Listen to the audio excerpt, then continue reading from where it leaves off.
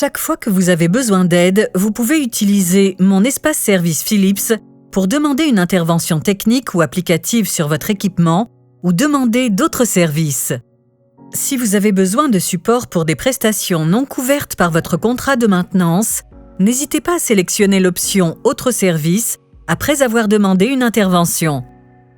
La demande d'intervention se fait directement à partir de la page d'accueil ou à partir des pages « Site client », « Compte client » ou « Détails produits » accessibles respectivement à partir des onglets « Établissement »,« Compte client » ou « Équipement installé ». À moins que votre demande d'intervention soit créée à partir de la page « Détails produits », vous devrez d'abord sélectionner l'équipement installé pour demander une intervention. Vous pouvez facilement identifier l'équipement installé en faisant un filtre sur la référence équipement Philips, sa désignation, son numéro de série, à partir de l'onglet « Équipement installé ».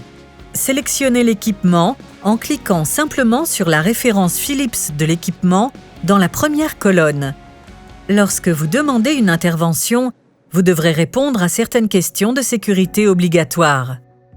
Veuillez noter que les demandes d'intervention ne peuvent être créées via Mon espace service Philips si un utilisateur ou un patient a été blessé. Dans ce cas, vous devrez contacter par téléphone notre centre d'appel. Après avoir répondu aux questions de sécurité, vous devez renseigner la priorité et le type de service attendu.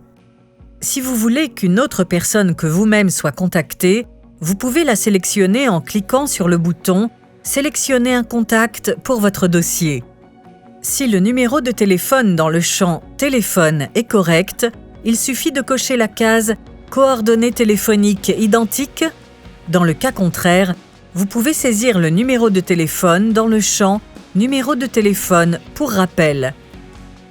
Si besoin, vous pouvez sélectionner jusqu'à 3 contacts supplémentaires pour votre demande d'intervention.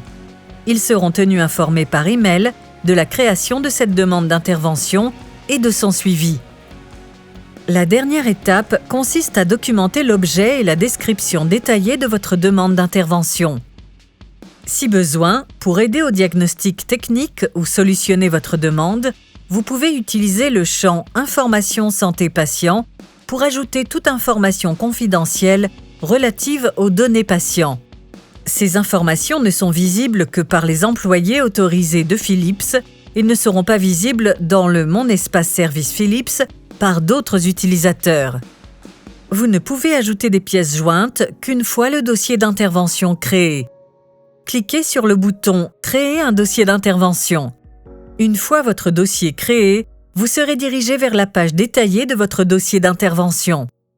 Vous y retrouverez le numéro de votre dossier, la référence Philips de l'équipement associé et toutes les informations fournies de votre côté.